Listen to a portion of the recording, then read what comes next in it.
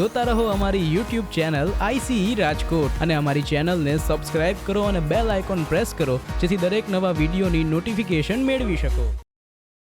નમસ્કાર વિદ્યાર્થી મિત્રો, ICE ના YouTube ચેનલ પર આપ સૌનું હાર્દિક સ્વાગત છે। મિત્રો, આજે આપણે જે કરંટ અફેર્સના ટોપિક પર ચર્ચા કરવાના છીએ એમાં સૌપ્રથમ જોઈએ તો ડિજીબોક્સ।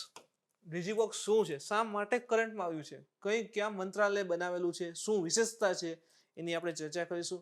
સેકન્ડ છે લદ્દાખનું જે 100 કાર વેટલેન્ડ છે એ તાજેતરમાં ભારતનું 42મું રામસર સાઇટ ડિક્લેર થયેલ છે। તો રામસર સાઇટ શું હોય છે, શું એનું મહત્વ છે, અથવા તો લદ્દાખમાં શું આ પહેલું છે, બીજું છે, આના સિવાય કંઈ ડિક્લેર કરેલા છે, ટોટલી માહિતી મેળવવાના છીએ। ત્રીજો અગત્યનો ટોપિક છે વિધાનસભા સંબંધી જે રાજ્યપાલની શક્તિ રહેલી છે એ ઇમ્પોર્ટન્ટ છે। શા માટે કરંટમાં છે પહેલા તો એ પણ જોશું। આના સિવાય રાજ્યપાલની બંધારણમાં ક્યાં ઇમ્પોર્ટન્ટ શક્તિ આપેલી છે વિધાનસભાને લઈને એની પણ આપણે વાત કરવાના છીએ। ચોથો અગત્યનો ટોપિક છે બ્રેક્ઝિટ કરાર। બ્રેક્ઝિટ તો જે યુરોપિયન યુનિયન છે એમાંથી બ્રિટન જે છે એ અલગ થયું છે। તો બ્રેક્ઝિટ કરાર જે છે એના લીધે બ્રિટન અને જે યુરોપિયન યુનિયન છે EU બંને વચ્ચે કંઈક ને કંઈક ઘણા સમયથી કહેવાય ને કે સમજોતો ચાલી રહ્યો હતો કે બ્રિટન તો જે છે યુરોપિયન યુનિયનમાંથી અલગ થઈ ગયો, તો બંને વચ્ચે સંબંધો કયા પ્રકારના હોવા જોઈએ તો એની પણ આપણે હાઇલાઇટ મેળવવાના છીએ। તો મિત્રો ચાલો આજનું આપણું ડિસ્કશન છે એ શરૂ કરીએ। તો પ્રથમ છે ડિજીબોક્સ શું છે, શા માટે કરંટમાં છે જોઈએ તો ડિજીબોક્સ એક સ્ટોરેજ પ્લેટફોર્મ છે। તરત સમજાય જોઈએ સ્ટોરેજ પ્લેટફોર્મનો અર્થ શું થશે કે ભાઈ જે પણ ઇન્ફોર્મેશન જે છે એમાં સ્ટોર થતું હશે તો સ્ટોરેજ માટેનું એક જે પ્લેટફોર્મ જે છે એ છે આ ડિજીબોક્સ છે। તે ફાઇલ શેરિંગ અને ક્લાઉડ સ્ટોરેજ પ્લેટફોર્મ છે। ફાઇલ શેરિંગ આપણે જાણીએ કે ભાઈ આપણા મોબાઈલમાં સારો ફોટો હોય, કઈ ફાઇલ ઇમ્પોર્ટન્ટ હોય તરત આપણે શેર કરતા હોઈએ છીએ, તો ફાઇલ શેરિંગ અને જે ક્લાઉડ સ્ટોરેજ કહેવાય છે એના માટેનો ઓપ્શન રહેલો છે। ડિજીબોક્સને ઇમ્પોર્ટન્ટ છે મિત્રો, યાદ રાખજો જે નીતિ આયોગના CEO છે chief executive officer Shri Amitabh Kant એના દ્વારા જાહેર કરવામાં આવ્યું છે। તો જો કોના દ્વારા છે, નીતિ આયોગ દ્વારા। તો જો શું થશે કે ડિજીબોક્સ યાદ કેમ રખાય, ડિજીબોક્સ છે ઓકે, કોને ડિક્લેર તો કે નીતિ આયોગ દ્વારા જાહેર કરવામાં આવ્યું છે। શું છે તો એક પ્રકારનું સ્ટોરેજ પ્લેટફોર્મ છે જેની અંતર્ગત ફાઇલ શેરિંગ અને ક્લાઉડ સ્ટોરેજ ને બધું સમાવિષ્ટ હશે।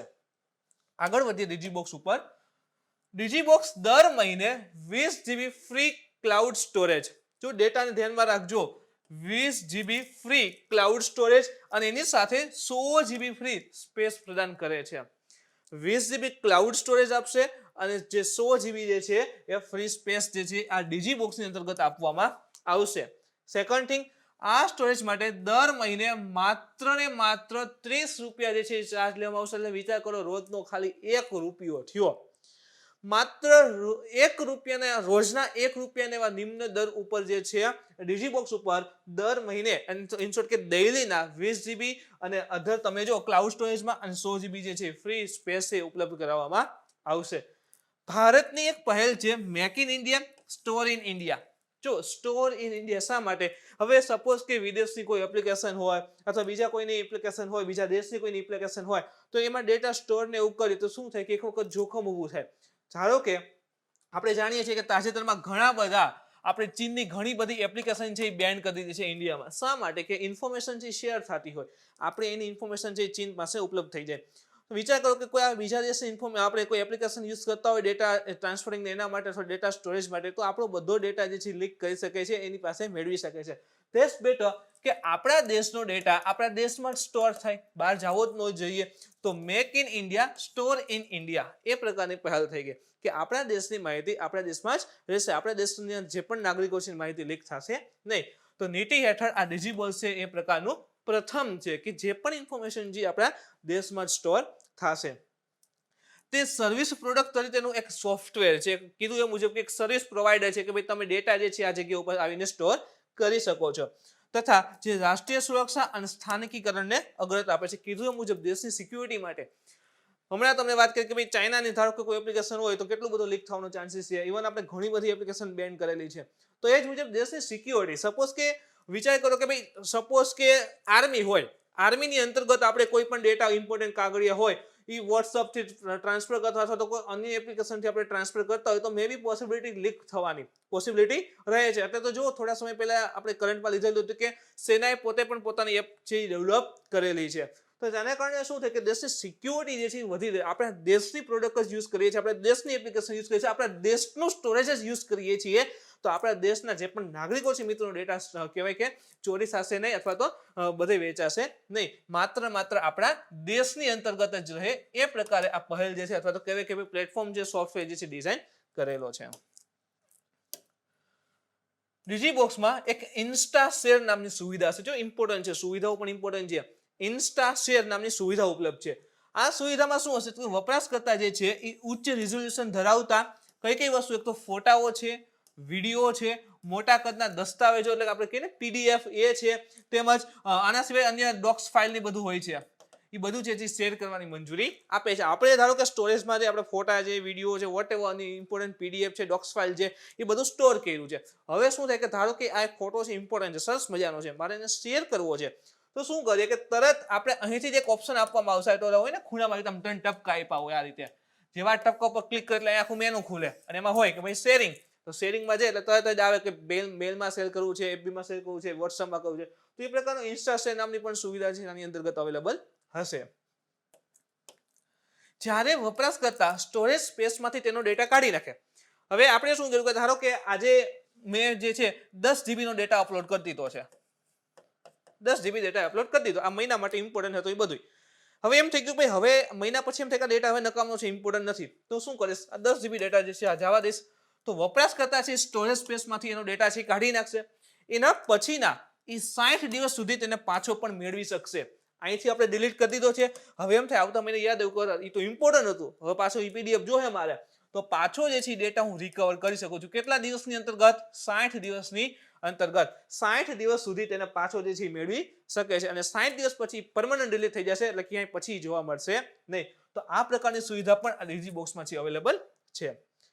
હાલમાં ડિજીબોક્સ સુવિધા ફક્ત એન્ડ્રોઇડ વપરાશકર્તાઓ માટે ઉપલબ્ધ છે, iOS માટે નથી. એટલે કે જે પણ એન્ડ્રોઇડ યુઝ કરે છે એના માટે ડિજીબોક્સ અવેલેબલ છે, iOS માટે હજી સુધી બનેલું નથી.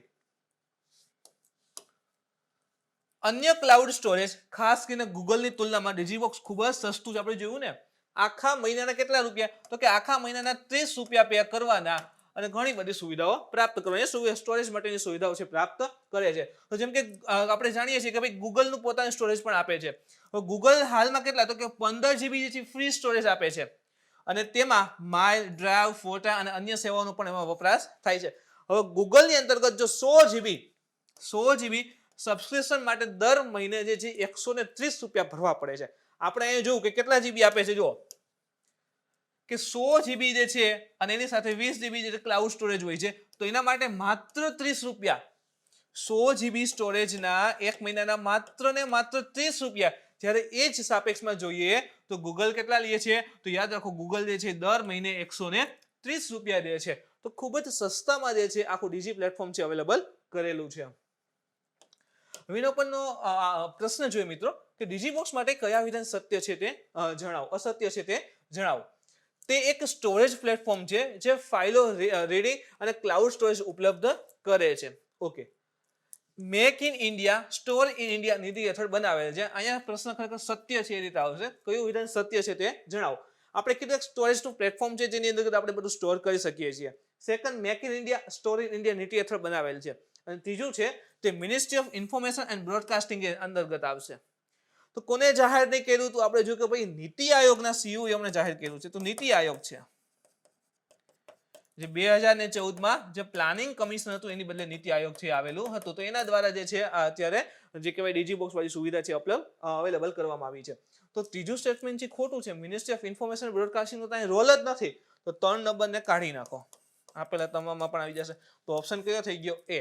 તો 1 and 2 આપેલા બંને સેન્ટેન્સ કેવા છે? સત્ય છે.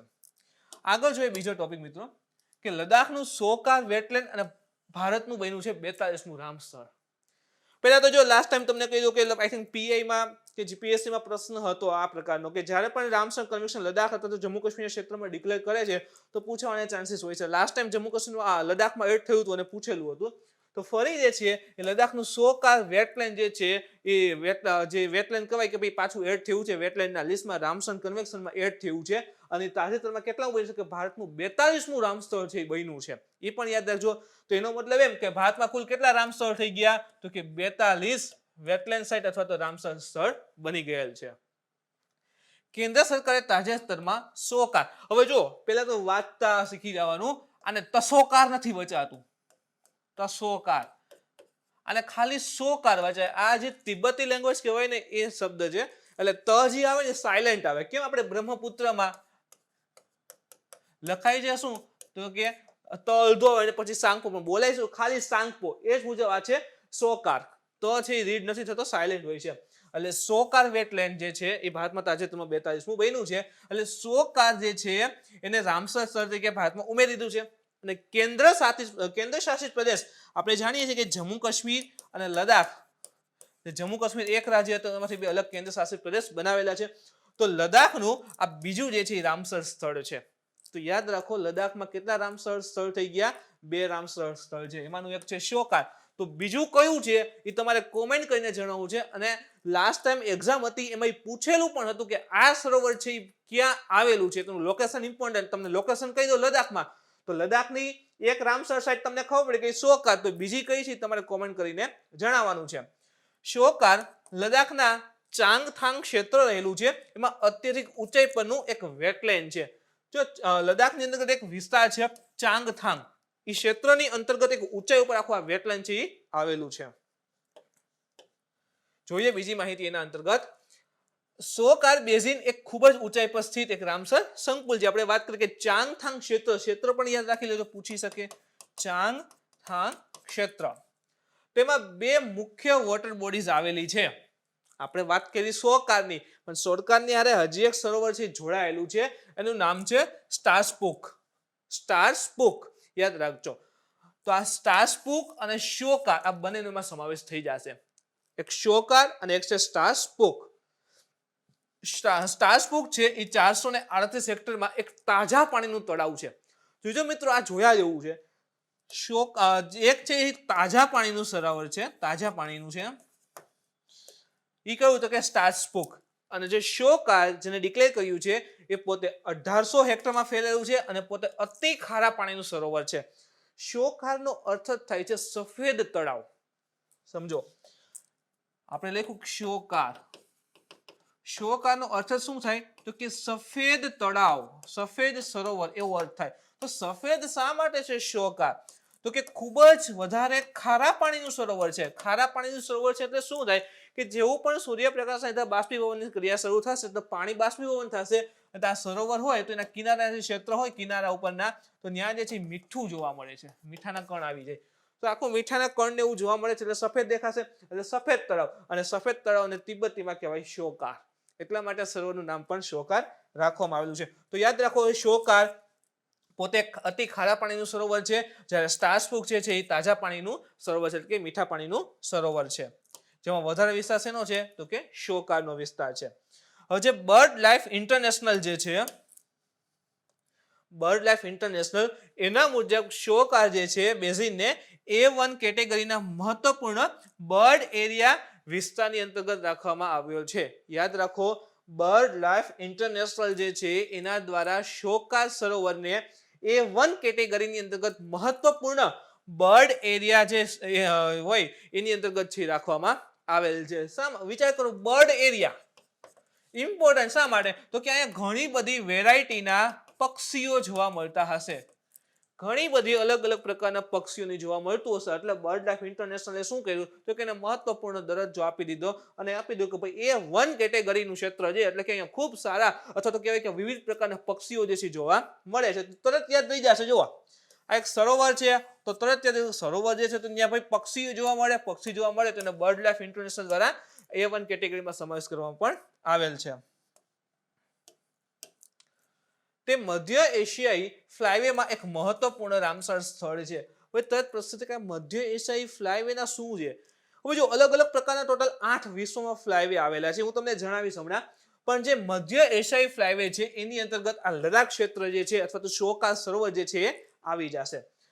પાછા આ સ્થળની અંતર્ગત કાળી ગર્દન વાળા જે ક્રેન્સ હોય છે એ જોવા મળે છે. આના સિવાય હંસ જોવા મળે છે, હંસ જોવા મળે છે, બતક જોવા મળે છે. આ વિસ્તારમાં બતક ને હંસ ને બધું જોવા મળે છે.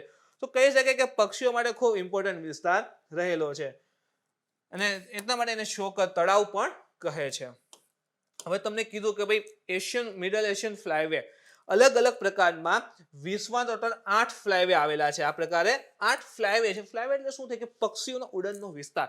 અહીંથી પક્ષી જે છે આટલા વિસ્તારમાં ફરતા હશે, આ પક્ષીઓ અહીંથી આમ જતા હશે, આ યુરોપિયન પક્ષીઓ આ રીતે આમ થઈને અહીંયા સુધી આવતા હશે, આ પક્ષીઓ અહીંથી આમ જતા હોય. તો જે માઇગ્રેટરી બર્ડ્સ હોય, જે પ્રવાસી પક્ષીઓ હોય છે, આ પ્રવાસી પક્ષી સિઝન આપણે જાણીએ છીએ કે ભાઈ સિઝન ચેન્જ થાય મુજબ એના રસ્તાને સ્થાન છે ચેન્જ કરતા હોય. જેમ કે અત્યારે શિયાળાની ઋતુ આવે તો ઉત્તર આ જે આખો ઉત્તર ભાગ છે ત્યાંથી શું થાય, બહુ વધારે ઠંડી પડે એટલે શું થાય કે પક્ષીઓ અહીંથી સ્થાનાંતર થઈને નીચે બાજુ આવતા હોય. તો પક્ષી શું કરે, માઇગ્રેટરી એટલે કે શું કે ભાઈ એક જગ્યાએથી બીજી જગ્યાએ સ્થાનાંતર થતું હોય છે, પરિવહન કરતા હોય છે. તો એના જે રસ્તા છે એ ફ્લાયવેઝ કહેવામાં આવે છે.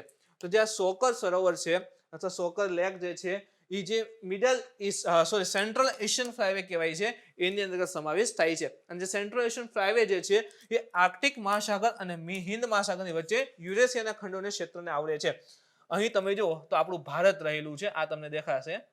તો આ ઉપરનો ભાગ છે આર્કટિક અને આ છે હિન્દ મહાસાગર.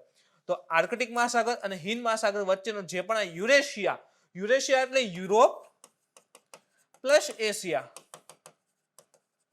તો આખો જે વિસ્તાર આવે છે આટલો વિસ્તાર જે છે એમાં યુરોપનો ભાગ આવશે થોડો ઘણો અને એશિયા છે. તો આર્કટિક અને હિન્દ મહાસાગર વચ્ચેનો આ જે ભાગ છે એ સેન્ટ્રલ એશિયન ફ્લાયવે કહેવાય છે. એમાં સાઇબેરિયા પણ અંતર્ગત આવી જાય છે. હવે આપણે કીધું કે રામસર સાઇટ ડિક્લેર કરેલ છે, તો રામસર કન્વેક્શન શું છે એના વિશે પણ માહિતી મેળવીએ. વિશ્વભરમાં આવેલ આર્દ્રભૂમિને ઇંગ્લિશમાં કહેવાય છે વેટલેન્ડ. પ્રશ્ન થાય કે વેટલેન્ડ શું હોય, આર્દ્રભૂમિ શું હોય છે? ઇન શોર્ટ કે સતત પાણી ભરેલો વિસ્તાર હોય, થોડું કાદવ કીચડ પ્રકારનું રહેતું હોય છે, પણ મોસ્ટ ઓફલી જે ક્ષેત્રમાં સતત પાણી ભરેલું હોય આના સિવાય ત્યાં જૈવ વિવિધતા વધારે જોવા મળતી હોય તો એ વેટલેન્ડ ઇમ્પોર્ટન્સ ડિક્લેર થતા હોય છે.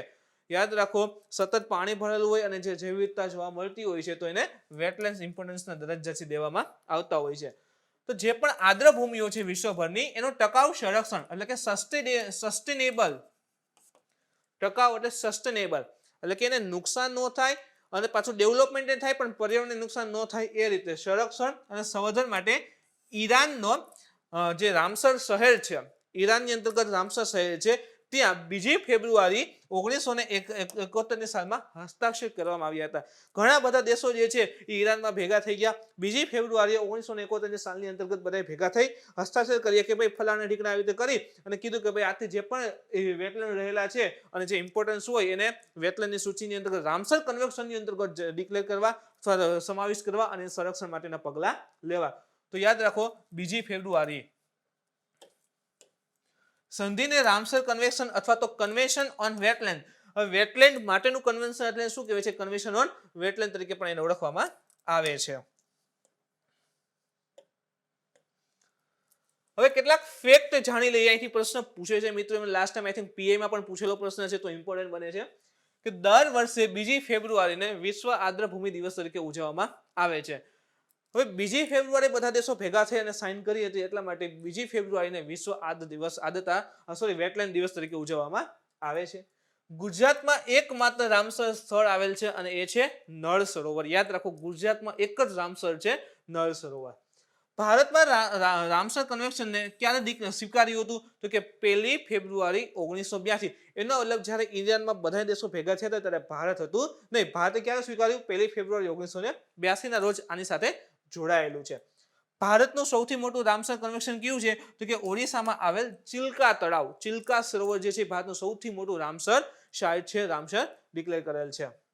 યાદ રાખો, ચિલ્કા. અને ભારતનું સૌથી મોટું કોઈ લઘુન સરોવર તો એ પણ ચિલ્કા છે. ભારતની પ્રથમ રામસર સાઇટ ચિલ્કા તળાવ. જો ભારતની પ્રથમ રામસર પણ ચિલ્કા છે અને બીજી છે કેવલાદેવ નેશનલ પાર્ક છે, રાજસ્થાનમાં આવેલ છે. ચિલ્કા ક્યાં છે? તો યાદ રાખો, ઓડિશામાં છે અને કેવલાદેવ નેશનલ પાર્ક જે છે રાજસ્થાનમાં રહેલ છે, જે ભારતના પ્રથમ રામસર કન્વેન્શનની અંતર્ગત સમાવેશ થયેલ છે. અને ગુજરાતનું માત્ર એક જ છે, એ છે નળ સરોવર. ભારત ક્યારે જોડાણું? તો કે 1982માં વિશ્વ આર્દ્રભૂમિ વર્લ્ડ વેટલેન્ડ ડે ક્યારે ઉજવાય છે? તો કે 2 ફેબ્રુઆરીએ. સૌથી વધારે ક્યાં આવેલા છે? સૌથી વધારે રામસર સાઇટ ક્યાં છે? તો યાદ રાખો, સૌથી વધારે ઉત્તર પ્રદેશમાં છે. ટોટલ 8 રામસર સાઇટ ત્યાં આવેલી છે તથા સૌથી વધારે ધરાવતું ભારતમાં એકમાત્ર રાજ્ય પણ રહેલું છે. આગળ વધીને ઉપર તો પ્રશ્ન, કયા વિધાન અસત્ય છે તે જણાવો. તાજેતરમાં શોકાને વેટલેન્ડની સૂચિમાં દાખલ કરાયું છે અને જે લદ્દાખનું પ્રથમ વેટલેન્ડ છે જો શોકાર જે છે એને વેટલેન્ડની જે સૂચિ છે રામસર કન્વેન્શન અંતર્ગત એની અંદર સમાવેશ કરાયું છે તથા લદ્દાખનું પ્રથમ વેટલેન્ડ છે. તો આપણે જાણીએ છીએ કે આ પ્રથમ તો નથી, સેકન્ડ છે. પેલો તો ઓટોમેટિક ખોટું પડી જ ગયું. તે એક ખારા પાણીનું સરોવર છે તો કે યસ. ત્રીજું છે કે દર વર્ષે 2 ફેબ્રુઆરીને વિશ્વ આર્દ્રભૂમિ દિવસ તરીકે ઉજવવામાં આવે છે તો કે યસ. તો અહીંયા મિત્રો અસત્ય નહીં પરંતુ સત્ય રીતે પ્રશ્ન રહેલો છે અને આનો સાચો આન્સર શું થશે કે ઓપ્શન 2 અને 3 જે છે સાચા પડે છે. તો આનો સાચો આન્સર થશે બી. પણ યાદ રાખો જે શોકાર છે એ લદ્દાખનું પ્રથમ વેટલેન્ડ નથી. ઓલરેડી એક છે એ કયું છે તમારે કોમેન્ટ કરીને જણાવવાનું છે. દર વર્ષે 2 ફેબ્રુઆરીને વિશ્વ વેટલેન્ડ ડે તરીકે ઉજવવામાં આવે છે. આના સિવાય શોકાર એક ખારા પાણીનું સરોવર તો રહેલું છે. એના પછીનો ઇમ્પોર્ટન્ટ મુદ્દો જોઈએ તો કે વિધાનસભા સંબંધી રાજ્યપાલની શક્તિ. તો સૌથી પહેલા તો શા માટે રાજ્યપાલનું પદ જે ફોરેન કરંટમાં આવ્યું છે? તો મિત્રો કેરળની અંતર્ગત કેરળ સરકાર દ્વારા આંદોલન ચાલી રહ્યા છે. આપણે જાણીએ છીએ કે ખેડૂત દ્વારા આંદોલન ચાલી રહ્યા છે. એના ઉપર ચર્ચા કરવા માટે કેરળ સરકાર દ્વારા વિશેષ વિધાનસભા સત્ર, સ્પેશિયલી આ આંદોલન ઉપર ચર્ચા કરવા માટે વિશેષ વિધાનસભા સત્ર બોલાવવા માટે રાજ્યપાલ પાસેથી બીજી વાર પરવાનગી માંગવામાં આવી છે. ઓલરેડી એકવાર માંગી હતી પણ કઈ જવાબ ન આવ્યો. બીજી વાર પાછી પરવાનગી માંગવામાં આવી છે.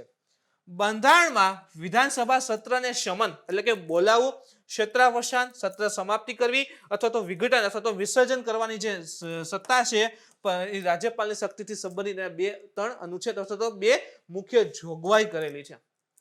રાજ્યપાલને બંધારણ સભાને બોલાવી વિધાનસભાને બોલાવી, આના સિવાય તો કે ક્ષેત્રાવસાન, આના સિવાય તો કે સત્રનું વિસર્જન કરવું હોય તો બધા પાવર બંધારણે રાજ્યપાલને આપેલા છે. એના સંબંધી 2 મુખ્ય જોગવાઈઓ આપણે જોઈએ તો અનુચ્છેદ 174 એના મુજબ રાજ્યપાલ જે છે એ વિધાનસભાના સત્ર અથવા તો પ્રત્યેક સદનને, કોઈ એક સત્ર અથવા તો એક સદન હોય તેને અથવા તો દરેક સત્રને એવા સમય અને સ્થાન પર જે તે ઠીક સમજે ત્યાં અધિવેશન માટે સમન કરશે. રાજ્યપાલને મજા આવશે કે ભાઈ મારે આજે આ જગ્યાએ સત્ર બોલાવવું છે અને આ સમયે સત્ર બોલાવવું છે તો રાજ્યપાલને છૂટ આપવામાં આવી છે અનુચ્છેદ 174 મુજબ કે જે તે સમય અથવા જે તે એને યોગ્ય લાગે એ જગ્યા ઉપર જે છે એ સત્ર છે સમન કરી શકે, એટલે સત્રને બોલાવી શકે. સમન કરવું મીન્સ બોલાવવું. સેકન્ડ શું કહે છે તો કે અનુચ્છેદ 174 ની અંતર્ગત 2 અને એની જે શબ્દ કહેવાય કે તે એ રાજ્યપાલ સત્ર અને સમય પર સત્રાવસાન જે સત્ર સમાપ્તિ કરી શકશે. સત્ર સમાપ્તિ, ધારો કે સત્ર ચાલુ છે, રાજ્યપાલને એમ થાય કે ભાઈ હવે આ સત્રને સ્ટોપ કરવાની જરૂર છે તો રાજ્યપાલ છે સત્રને સ્ટોપ કરી શકે છે. હવે ચાહે કલાકો માટે હોય, દિવસ માટે હોય, અઠવાડિયા માટે, તો સાવ સત્રને સમાપ્ત કરવું હોય, સત્ર સમાપ્ત એટલે તે દિવસ માટેનું, તો એ પણ કરી શકે છે. તો એ જે સત્ર ચાલતું હોય મોન્સૂન હોય વોટેવર તો એને પણ સ્ટોપ કરી શકે છે. અનુચ્છેદ 174 2B એના મુજબ જોઈએ તો રાજ્યપાલ છે વિધાનસભાનું વિસર્જન પણ કરી શકે છે. જ્યારે એને એવું લાગશે કે ભાઈ હવે યોગ્ય જે મત અથવા તો જે વિશ્વાસ હોવો જોઈએ નથી રહ્યો તો પછી વિધાનસભા છે વિસર્જન પણ કરી શકે છે. તો અનુચ્છેદ 174 ને ખાસ મગજમાં બેસાડજો મિત્રો. 174 મુજબ રાજ્યપાલ સદનને અથવા તો પ્રત્યેક સત્રને એને યોગ્ય સમય, એને મજાવી સમય અને જે કોઈ પણ સ્થાનેથી બોલાવી શકે છે. 174 2A એના મુજબ રાજ્યપાલ સત્રને સમય પર સત્રાવસાન અથવા તો સત્રને સમાપ્ત કરી શકે છે. 174 2B એના મુજબ રાજ્યપાલ છે વિધાનસભાનું વિસર્જન પણ કરી શકે છે. હજી એને બંધારણની અંતર્ગત વિધાનસભાને લઈને રાજ્યપાલને હજી એક સત્તા છે અનુચ્છેદ 163 મુજબ બંધારણ અથવા તો તે હેઠળ જેટલે સુધી જે પણ કાર્ય કરવાનું આવશ્યક હોય અથવા તો પોતાની મનસુફી એટલે શું થાય કે એને મનના વિચાર મુજબ એને મનમાં આવે કે આ પ્રકારે ખરેખર હોવું જોઈએ તો મનસુફી અનુસાર તેમના કોઈ પણ કાર્ય કરવાનું આવશ્યક હોય તેવા કાર્ય સિવાય કાર્ય કરવા માટે રાજ્યપાલની મદદ કરવા અને સલાહ આપવા માટે એક મંત્રીમંડળ હશે અને મંત્રીમંડળના જે નેતા હશે એ કોણ હશે તો કે મુખ્યમંત્રી હશે. ઇન શોર્ટ એમ કીધું કે રાજ્યપાલ આ બધું કામ તો કરી શકે, રાજ્યપાલ બધું કામ કરી શકે છે પણ અમુક સંજોગોની અંતર્ગત જે કે એવી વસ્તુ કે જ્યાં પોતે ડિસાઈડ કરવાનું હોય એને બાદ કરી નાખી તો રાજ્યપાલને કામ કરવા માટે અથવા તો મદદ માટે સલાહ માટે એક રાજ્યની વિધાનસભા અંતર્ગત એક મંત્રીમંડળ હશે, જેના નેતા અથવા જેના વડા કોણ હશે તો કે મુખ્યમંત્રી હશે. તો રાજ્યપાલને સલાહ લેવા અથવા તો કોઈ પણ પ્રકારનું કહેવાય કે મદદ કરવા માટે આ મંત્રીમંડળ હશે. તો રાજ્યપાલે કામ કરવું હશે તો કોને પૂછવું પડે અથવા તો મંત્રીમંડળ કહેશે એ પ્રકારે રાજ્યપાલે કામ કરવાનું રહેતું હોય છે. આ સંબંધમાં ઉચ્ચતમ ન્યાયાલયનો નિર્ણય પણ છે. હવે આપણે જોયું કે ભાઈ વિધાનસભાની અંતર્ગત અને જે રાજ્યપાલ વચ્ચે જે કાર્યની બધું રહેલું છે એની અંતર્ગત સુપ્રીમ કોર્ટનો નિર્ણય પણ છે. અરુણાચલ પ્રદેશમાં થયેલ બંધારણની સંકટથી સંબંધિત એક કેસ છે નબામ રેબિયા. આ કેસની અંતર્ગત સુપ્રીમ કોર્ટે 2016માં ચુકાદાની અંતર્ગત સ્પષ્ટ જણાવ્યું હતું કે રાજ્યપાલ માત્ર મંત્રી પરિષદની સલાહ અને સહાયતા પર જ વિધાનસભા સત્રને બોલાવી શકે, સમાપ્ત કરી શકે અને વિસર્જન કરી શકે છે.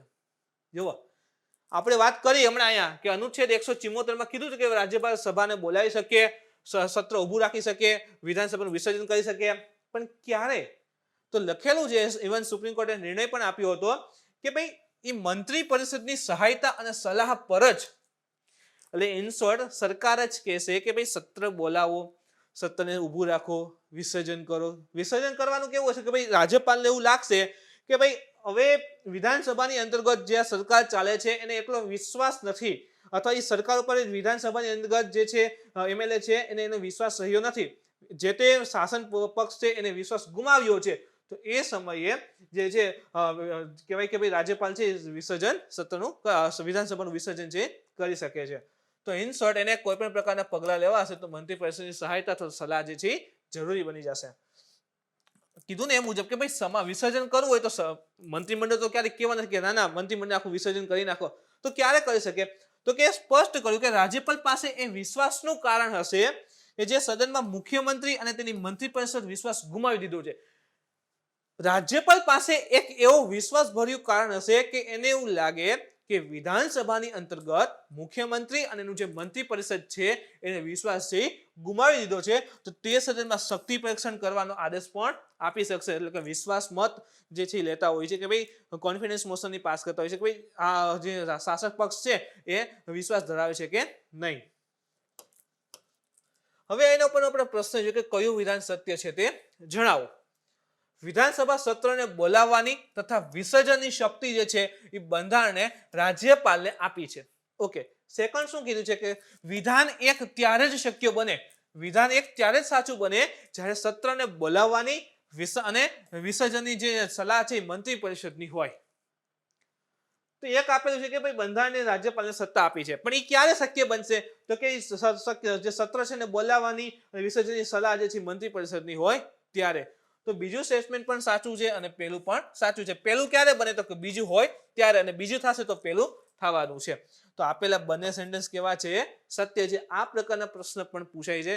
ખાસ કરીને યુપીએસસી ની અંતર્ગત તમે જો સીસેટ આવે છે એની અંતર્ગત આ પ્રકારના પ્રશ્ન કરેલા હોય છે, આ પ્રકારના પ્રશ્ન પૂછે છે.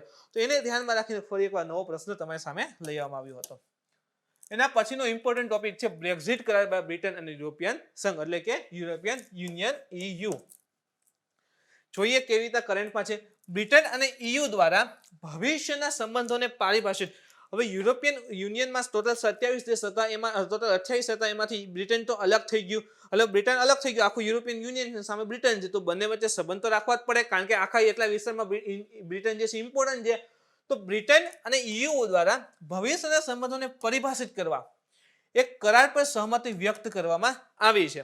અત્યારે બ્રિટન અને EU બંને એક સંધિ જાહેર કરી કે ભાઈ અમે આ પ્રકારે કરાર રાખશું જેથી કરીને અમારે બંનેનું ચાલે.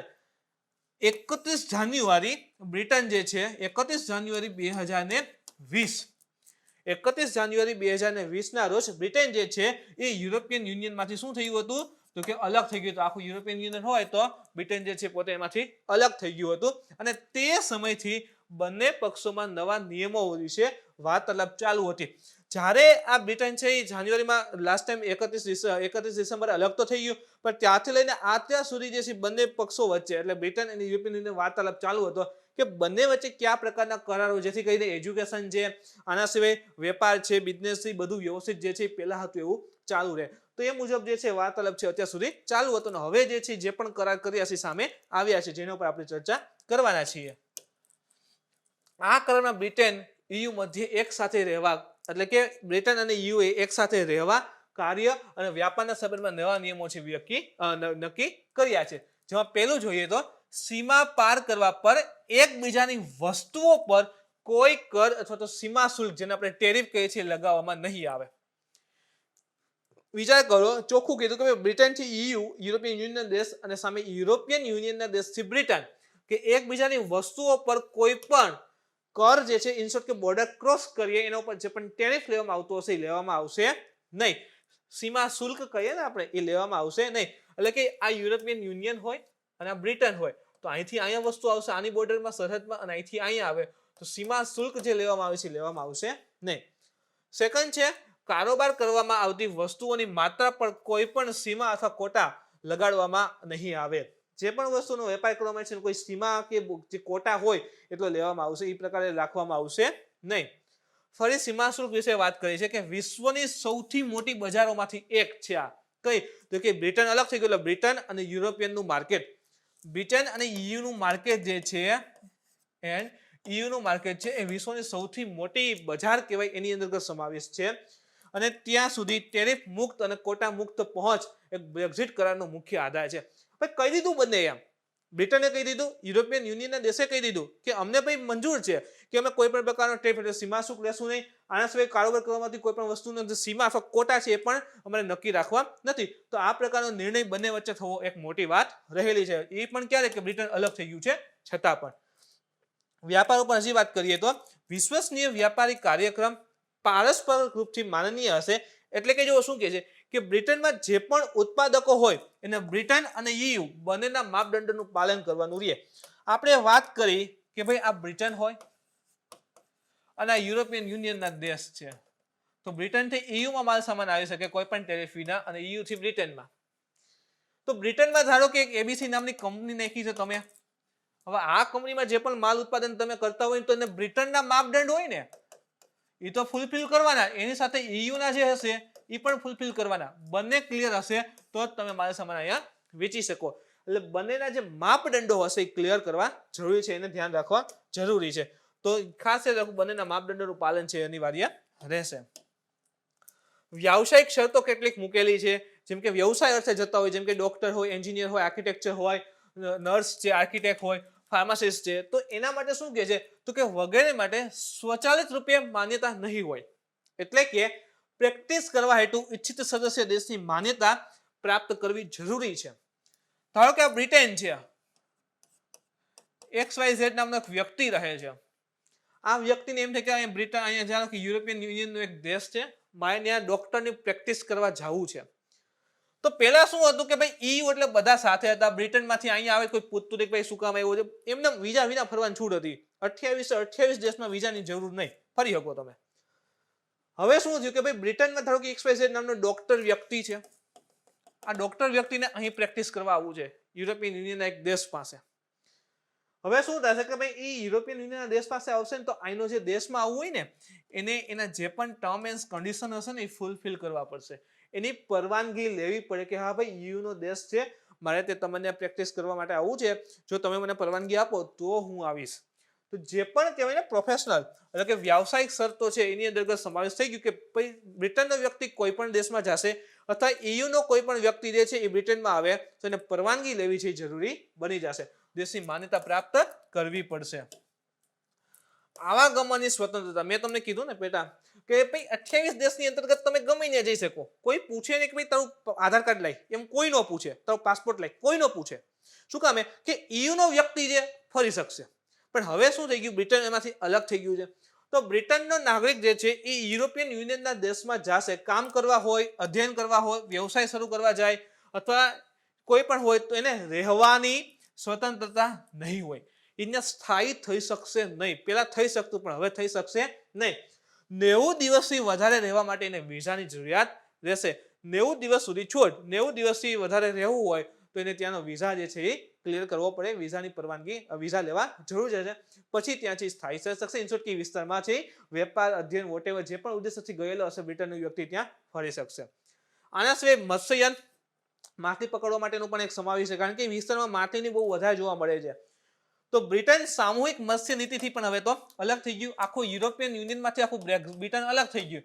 તો આની જે સામૂહિક મત્સ્યની જે નીતિ હતી એમાંથી પણ બ્રિટન હવે શું થઈ ગયું? અલગ થઈ ગયું છે. યુરોપિયન સંઘ, આપણે EU પરની વાત કરીએ. EU માં હાલ કુલ કેટલા દેશ છે? 27. યાદ રાખજો મિત્રો, જ્યારે બ્રિટન હતું એટલે કે 31 જાન્યુઆરી 2020 પહેલા ટોટલ 28 દેશ હતા, પણ તે દિવસે શું થયું કે બ્રિટન જે છે એમાંથી અલગ થઈ ગયું. તો હવે કુલ કેટલા દેશ થઈ ગયા છે? 27 દેશ EU ની અંતર્ગત સમાવેશ છે. EU માંથી અલગ થનારો પ્રથમ દેશ હોય તો બ્રિટન જ છે. જ્યારે યુરોપિયન સંગઠન બન્યું છે ત્યાંથી લગીને એમાંથી જો કોઈ દેશ અલગ થયો તો પહેલો દેશ છે બ્રિટન છે. તો બ્રિટન શું થયું? એક્ઝિટ થયું. એટલે બ્રિટન એક્ઝિટ, એના ઉપરથી આવ્યું છે બ્રેક્ઝિટ. જો બ્રિટન શું થયું તો કે EU માંથી એક્ઝિટ થયું છે, તો બ્રિટન એક્ઝિટ થયું, તો બ્રેક્ઝિટ એ રીતે આવ્યું છે અહીં બ્રેક્ઝિટ. EU ના 27 દેશ જે છે એની અંતર્ગત 19 દેશ, 27 માંથી 19 દેશની અંતર્ગત જે ચલણ હોય ને, આપણે કેમ રૂપિયો છે, એમને આ ચલણ તરીકે યુરો છે. ઇંગ્લેન્ડમાં એમાં યુરો છે. તો 27 માંથી 19 દેશમાં યુરો છે, અને આ 19 દેશનો આખો સમૂહ જે છે ને એને યુરોઝોન કહેવાય છે. એટલે તમને પ્રશ્ન છે કે આ બ્રેક્ઝિટ શું છે, EU શું છે, યુરોઝોન શું છે? તો સિમ્પલ થઈ ગયું. EU એટલે યુરોપિયન યુનિયન, જેમાં ટોટલ અત્યારે હાલ 27 દેશ છે. એમાંથી બ્રિટન અલગ થયું છે એટલે બ્રેક્ઝિટ થઈ ગયું. આના સિવાય 27 માંથી 19 દેશમાં જે ચલણ જે છે એ યુરો છે, એટલા માટે 19 દેશના સમૂહને શું કહેવાય છે? યુરોઝોન કહેવાય છે. હવે તેનો પણ એક પ્રશ્ન જોઈએ. અહીં તો ઘણી રીતે બની શકે છે, બંનેના સંબંધોને લઈને પ્રશ્ન આવી શકે, પણ એક સરળ પ્રશ્ન આપણે કોશિશ કરીએ. EU માટે કયું વિધાન અસત્ય છે તે જણાવો. 2016માં અહીં સત્ય છે તે જણાવો. EU માંથી બ્રિટન દૂર થવા માટે જનગણના દૂર થવા વિરુદ્ધ વધારે મત હતો. જો વાક્યને સમજવા જેવું છે. 2016 ની અંતર્ગત જે છે બ્રેક્ઝિટનો કન્સેપ્ટ આવ્યો. બ્રેક્ઝિટનો કન્સેપ્ટ જે છે 2016માં આવ્યો હતો. 2016માં જે છે બ્રિટનમાં ઇલેક્શન કરવામાં આવ્યું કે ભાઈ કેટલા લોકો એવા છે જેને બ્રિટન EU સાથે રહે એ પસંદ છે, અને કેટલા છે જેને બ્રિટન EU માંથી અલગ થઈ જાય એવું પસંદ છે. તો આવું જનગણના કરવામાં આવી 2016માં, જેની અંતર્ગત 52% લોકોએ એવું કીધું કે ભાઈ બ્રિટન જે છે એને EU થી અલગ થવું જોઈએ, અને 48% એવું કીધું કે ભાઈ EU માં હોવું જોઈએ. તો અહીં શું કીધું છે કે જનગણનામાં દૂર થવા વિરુદ્ધ વધારે મત હતો. દૂર થવા વિરુદ્ધ વધારે મત હતો. EU માં કુલ કેટલા દેશ છે? તો કે 27 દેશ છે. EU માં રહેવાવાળા દેશોમાંથી વધારે પડતા દેશોનું ચલણ કયું છે? તો કે યુરો છે. અહીં તમને પૂછે કે કયું વિધાન સત્ય છે તે જણાવો. તો પ્રથમ એ સત્ય છે. સેકન્ડ આપણે જોયું કે EU માં બ્રિટન અલગ થઈ ગયું, ટોટલ 27 થઈ ગયા, અને એમાંથી વધારે પડતા દેશોનું ચલણ કયું છે? ઇવન 19 દેશોનું ચલણ શું છે? યુરો છે. તો અહીં આપેલા તમામ સેન્ટેન્સ કેવા છે? સત્ય બને છે. આનો આન્સર થઈ જશે ઓપ્શન ડી. તો મિત્રો આ હતું આજનું કરંટ અફેર્સ. આજના લેક્ચરમાં જો તમને કોઈ પણ પ્રકારનો ડાઉટ હોય, ક્વેરી હોય, પ્રશ્ન હોય તો તમે કોમેન્ટ કરીને પૂછી શકો છો. મિત્રો આજનો વિડીયો ગમ્યો હોય તો લાઈક કરો, શેર કરો, તમારા વિદ્યાર્થી મિત્રો સુધી પહોંચવા માટે કોશિશ કરો. કાલે ફરી મળીશું નવા ટોપિક સાથે. Thank you.